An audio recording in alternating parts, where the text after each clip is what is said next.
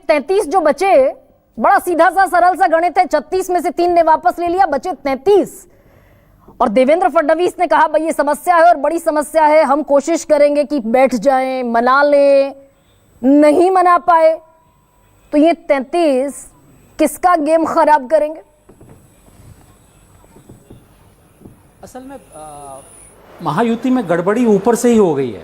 हाँ, जब पार्टियां आपस में एक दूसरे के खिलाफ, पार्टियां खुद एक दूसरे के खिलाफ उन्होंने अधिकृत उम्मीदवार उतार दिए हैं। तो जो 3 बड़े नेता हैं उन नेताओं की खुद की नहीं चल रही, उन नेताओं की खुद की नहीं चल रही, वो कमजोर पड़ गए हैं एक दूसरे के खिलाफ। अपनी अपनी पार्टियों में उन्होंने जो बागी खड़े किए हैं वो बागी मान नहीं रहे, क्योंकि वो दूसरे पार्टी उनकी नहीं मान रही। आज महाराष्ट्र के मुख्यमंत्री हैं एकनाथ शिंदे, उनकी पार्टी के नेता उनकी बात नहीं मान रहे हैं। वो नोट रीचेबल करके बैठ गए फोन अपना माहिम सीट पर। जी तो वो जो स्थिति, जो बड़े कैनवास पे स्थिति गड़बड़ है पार्टियों के बीच ही, पूरी महायुति में ही गड़बड़ जो है, वो जो गड़बड़ है वो गड़बड़ यहाँ नीचे फैल गई है, वो रायता फैल गया नीचे आकर के।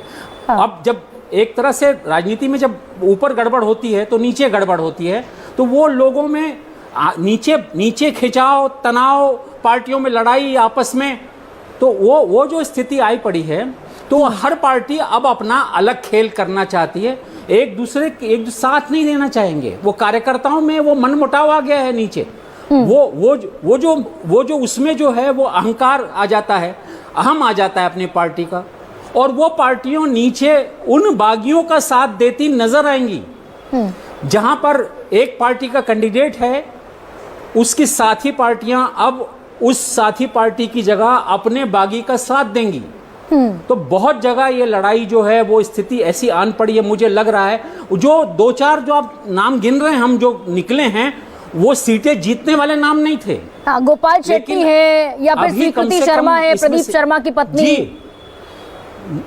जी ये तो एक मेजर, एक ऊपर जो चेहरे ठीक किए हैं, लेकिन महाराष्ट्र में बंबई के बाहर जो स्थिति है, खास तौर पे पश्चिम महाराष्ट्र में, जहां सर्वाधिक बागी हमेशा चुन के आते रहे, उस पश्चिम महाराष्ट्र में सर्वाधिक बगावत है।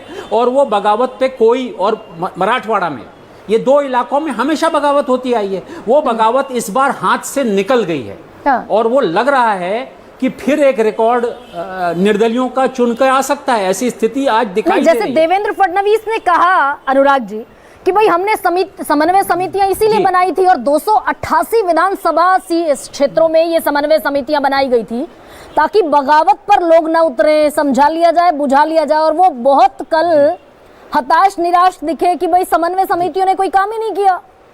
तो ये बगावत बीजेपी इस बार अपने लिए बड़ी मुसीबत के तौर पर देख रही है। सबसे बड़ी पार्टी बनने का दावा था देवेंद्र फडणवीस का, 19 बागी खड़े हो गए, 105 पिछली बार जीते जी, तो 105 से 19 अगर घटा दें जी, बड़ा डेंट है क्या? हाँ, नहीं, ये बड़ा डेंट ऑलरेडी है। ये मैं कह रहा हूं कि ये जिन सीटों पे बागी नहीं भी हैं, वहां भी स्थिति ऐसी बनेगी क्या बीजेपी के कैंडिडेट जहां है, तो क्या अजित पवार और शिंदे के कैंडिडेट उसका साथ देंगे? सारी सीटों पर तो ऐसा नहीं है स्थिति कि कुछ सीटें शिंदे को मिली हैं, कुछ सीटें बंटवारा हुआ है वो एनसीपी अजित पवार को मिली हैं। ये दोनों के बीच जिस तरह की खाई पैदा हुई है, तो क्या एक पार्टी के कैंडिडेट दूसरे का साथ उन सीटों पर भी देंगे क्या? मेरे ख्याल से ये अब बहुत ज्यादा फैल गया है। और ये अब तक जो कॉन्फिडेंस के साथ महायुति उतरी थी मैदान में, वो जो विभिन्न योजनाएं लेकर के उतरी थी, मेरे ख्याल से उसको एक बड़ा झटका लगा है जगह जगह पर।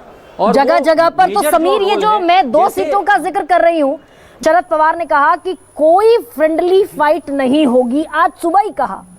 और उसके बावजूद एनसीपी वर्सेस कांग्रेस पंढरपुर में दिख रहा है, परांडा में दिख रहा है, कोल्हापुर में तो इतनी कमाल की स्थिति है कि तश्तरी में सीट परोस कर दे दी महाविकास अघाड़ी ने। मधुरिमा राजे ने अपना नॉमिनेशन वापस ले लिया, कांग्रेस का बागी झुकने को तैयार नहीं हुआ। अनुराग, कोल्हापुर की स्थिति कोल्हापुर की स्थिति बहुत अच्छी रही कि कांग्रेस ने पहले एक कैंडिडेट दिया, बिल्कुल सामान्य आदमी, उसके खिलाफ बगावत हो गई, लोग सड़कों पे आ गए। फिर राज परिवार से आने वाली राजे महिला, उनको दिया गया टिकट और उन्होंने ऐन समय जा करके अपना टिकट वापस ले लिया। तो अब वो जो दूसरा मैदान में जो उतरा था वो फिर अब कैंडिडेट बन गया है बाय डिफॉल्ट ना। फर्क है महायुति है ना, और तो महायुति, महाविकास आघाड़ी का कोई ऑफिशियल कैंडिडेट नहीं है, वो निर्दलीय है। लेकिन वो अब हो गया एमबीए का कैंडिडेट अपने आप, है ना, वो जनता बना देती है। जैसे सांगली में जनता एक निर्दलीय कैंडिडेट एमबीए का कैंडिडेट बन गया था, तो ये वो कांग्रेस का कैंडिडेट है, वो कैंडिडेट अपने आप कैंडिडेट बन जाएगा। देखिए फर्क बेसिक ये है कि महायुति और एमबीए के बगावत में ये फर्क जो आज शरद पवार ने कहा वो फर्क नजर आ रहा है। यहाँ तो ऊपर से समर्थन भी है ना। समस्या ये है कि एकनाथ शिंदे अब जाएंगे माहिम में जाएंगे, तो क्या वो अब राज ठाकरे के कैंडिडेट के समर्थन में सभा ले पाएंगे? क्या नहीं ले पाएंगे वो, है ना। एकनाथ शिंदे क्या ले पाएंगे? एकनाथ शिंदे तो लेंगे ही नहीं, लेकिन बाकी लोग अगर लेना चाहें, मेरे ख्याल से देवेंद्र फडणवीस और पूरी बीजेपी चाहती थी उनको साथ लेना। इस बार वो साथ लेने की स्थिति, ये कहीं ना कहीं अंदर से खेल हो जाए, इसकी भी कोशिश थी। पिछले हम लगातार इस पे जो नज़र रख रहे हैं, मुझे लग रहा है पिछले 2 दिनों में महाविकास आघाड़ी का कुछ न कुछ बना है। यानी जारंगे पाटिल ने अपने कैंडिडेट उतारने से मना कर दिया। इसका नुकसान किसको हो रहा है? अब मराठा वोटर, उन्होंने कहा कि मैं अकेले मराठाओं के बल पे नहीं लड़ सकता, मुझे दूसरे किसी जाति का जो साथ नहीं मिल रहा, इसलिए मैं कैंडिडेट नहीं उतार रहा। ये जो बहुत बड़ा एक बंटवारा मराठा वोटों में होने जा रहा था, ये मराठा वोटों का जो बंटवारा टला है, इसका नुकसान किसको होने वाला है? मुझे लग रहा है महायुति को होगा इसका नुकसान, बेसिक नुकसान होगा। इसी तरह राज ठाकरे का जो फैक्टर है, उनको जो चढ़ा दिया गया है उनके बेटे को लेकर के, और वो 25 कैंडिडेट जो उतरे हैं आज मैदान में, वो बंबई में किसका नुकसान पहुंचाने वाले हैं? शिंदे की सेना में ज्यादातर बाहरी लोग हैं जिनका शिवसेना से समर्थन नहीं है, ऐसे लोगों को उन्होंने मैदान में उतारा है। उन लोगों के खिलाफ एक तरह का ये नकली शिव सैनिक हैं ऐसा कह करके मनसे के लोग कहें। इसके पहले भी ऐसा होता रहा है कि शिव सैनिक, जहां शिवसेना का कैंडिडेट नहीं होता था, वहां शिव सैनिक बीजेपी को वोट न दे करके कई बार दूसरे तरफ चला जाता था। लेकिन मैं एक और बात, हमने अब महायुति की तो बात कर ली, खूब सिर फुटबल है, खूब भीतर घात है, खूब भीतर घात है, खूब फेस ऑफ से, खूब हेड ऑफ से, 1 to 1 भी बड़ा क्लेश है जबरदस्त। और इसी के चलते हम हंग असेंबली की तरफ जा रहे हैं। बागियों पर निर्भरता आ जाएगी। लेकिन महाविकास आघाड़ी में भी तो यही स्थिति है भाई। कोल्हापुर उत्तर तो दे ही दिया, बाकी और सीटों पर शरद पवार कह रहे थे नो फ्रेंडली फाइट, खड़े हुए एनसीपी वर्सेस कांग्रेस उम्मीदवार। हाँ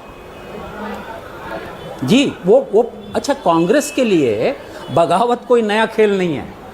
कांग्रेस को अगर आप देखेंगे तो कांग्रेस इन्हीं बागियों के साथ खेलती रही है। आपने 95 का उल्लेख किया, उससे पहले 91 के चुनाव में कांग्रेस की सरकार ही 11 निर्दलियों को बाहर से लेकर के बनानी पड़ी थी, ये स्थिति बनी थी। तो वो जो खेल है बागियों वाला, लोगों को इकट्ठा करके लाना, ये महाराष्ट्र में अरसे से होता आया है। तो ये खेल अगर शुरू होता है महाराष्ट्र में तो कोई नया खेल नहीं होगा। देखिए दो तरह की स्थिति बनेगी। हाँ प्लीज। निर्दलीय जो है उनका कोई ग्रुप नहीं होता ना, एक एक करके ये जो आप कह रहे थे 2 तरह की स्थितियां बनेगी, कौन सी स्थितियां बनेंगी? जी मैं बता रहा हूँ। एक छोटी छोटी पार्टियां होती हैं जो एक दो, इनसे जो बातचीत की जाती है चुनाव के बाद, तो वो काम थोड़ा सा आसान होता है क्योंकि वो 2-3 साथ में होते हैं। आप थोक के भाव उनको ले लिए, 2-3 कर लिए, आसान। एक निर्दलीय को जमा करना एक बहुत ही कठिन काम होता है। और मेरे ख्याल से ये काम, अगर सरकार बनाने का दावा कर रहे हैं, लोग परेशान हैं और ये स्थिति अस्पष्ट स्थिति है, तो मेरे ख्याल से धीरे धीरे काम शुरू हो गया होगा। और मैं बता रहा हूँ कि ये भी होता है कि चुनाव के पहले ही अगर ये निर्दलीय यहाँ मजबूत है और चुन के आ सकता है, हमारा कैंडिडेट कमज़ोर है, तो कई बार राजनीतिक दल उसको हर तरह की रसद पहुंचाते हैं। मैं ये हर तरह की रसद से मैं कह रहा हूं कि वोटों की भी रसद पहुंचाते हैं और कुछ नोटों की भी रसद वहां पहुंच जाती है। ये महाविकास आघाड़ी की बता रहे हैं, तो महाविकास आघाड़ी की सूरत हाल रहेगी या महायुति की? जी दोनों तरफ, और ये बगावत दोनों तरफ है, आग बराबर की लगी हुई है। आग बराबर की लगी हुई है। निर्दलीय जो लड़ रहे हैं वो अपने बूते पर अपनी ताकत पर लड़ते हैं, और एक पार्टी का निर्दलीय जब उतरता है तो दूसरे गुट को उसको समर्थन देने में मुश्किल नहीं आती है, क्योंकि वो निर्दलीय लड़ रहा है। तो ये आसान एक यहाँ के असंतुष्ट, वहां के असंतुष्ट सब इकट्ठा होके कहीं रैली हो जाते हैं एक तरह का। तो निर्दलीय के लिए चुनाव जो है वो जीतना लड़ना, ये बड़ी तादाद है ब्रिजमोहन जी। जी अनुराग कुछ कहना चाह रहे हैं तो कह दीजिए, समाप्त कर दीजिए 10 सेकंड में। मैं कह रहा हूं कि ये जो अस्पष्ट सी स्थिति है, ये जरूरी नहीं कि अस्पष्ट ही रहे। वो जो मृणालिनी जी ने बात कही, कई बार मतदाता ये तय कर लेता है कि ये स्थिति हम नहीं आने देंगे। ये जो इसको हम कहते हैं कि घोड़ा बाजार जो लगता है ना, हॉर्स ट्रेडिंग जिस तरह की होती है, कई बार मतदाता इसे इनकार कर सकता है। अगर ये सच्चाई और यथार्थ सामने खड़ा है तो कई बार मतदाता, कार्यकर्ता अपने तरफ, ब्रिजमोहन जी ने बड़ी बात कही कि ऊपर नेता लोग इकट्ठा हो जाते हैं, नीचे कार्यकर्ता इकट्ठा नहीं, नीचे ग्रास रूट लेवल पर और कार्यकर्ताओं को छोड़ नहीं जुड़ पाता जो लोकसभा में मैं उसके नीचे आ रहा हूं। कई बार वोटर ये तय कर लेता है, नेता भी रहे, कार्यकर्ता रहे और वोटर एक तरफ से तय कर ले, तो ये भी संभावना से इनकार नहीं किया जा सकता कि वोटर कुछ और निर्णय महाराष्ट्र में ले ले और फिर भी सरकार उस तरह की बने। वो इस नोट को भी खोलिए ना ब्रिजमोहन, ये अनुराग त्रिपाठी, वो वोटर क्या फैसला करने की स्थिति में दिख रहा है। जी हरियाणा में वोटर एक तरफ नजर आ रहा था, अचानक वो घूम गया और वोटर एक तरफ आपको नजर आई, एक तरफ की बिल्कुल पूरी सरकार बनी। तो ये स्थिति आएगी कि जगह जगह बागी होंगे, लोग होंगे, लेकिन जनता ये निर्णय ले लेगी ना, ये ले सकती है, ये स्थिति बन सकती है कि वो ले ले कि यहाँ ज्यादा ठीक है। लोकसभा के एग्जिट पोल गलत हो गए, हरियाणा के एग्जिट पोल गलत हो गए, तो महाराष्ट्र में अब बड़ा सब खामोशी इख्तियार करके बैठे। बताइए आज सबसे बड़ा सवाल के मंच पर किस तरफ मुझे लग रहा है आज की डेट में एमवीए ने जिस तरह अपने आप को इकट्ठा करके सारे बागियों से अपना रिश्ता तोड़ लिया है, जो हिम्मत दिखाई है आज आगे बढ़ करके, ये एक बहुत बड़ा पॉइंट उसके पक्ष में जा रहा है। जो शरद पवार ने वैसे भी 36 और 14 बड़ा गैप भी है, वो उनके पक्ष, इधर 36 बागी खड़े महायुति में, इधर 14 बागी खड़े थे, जिनमें से 2 को मना लिया गया, रह गए 12। ब्रिजमोहन जी, लोकसभा रेप्लिकेट होता हुआ दिखेगा। मैं ये सवाल बड़ा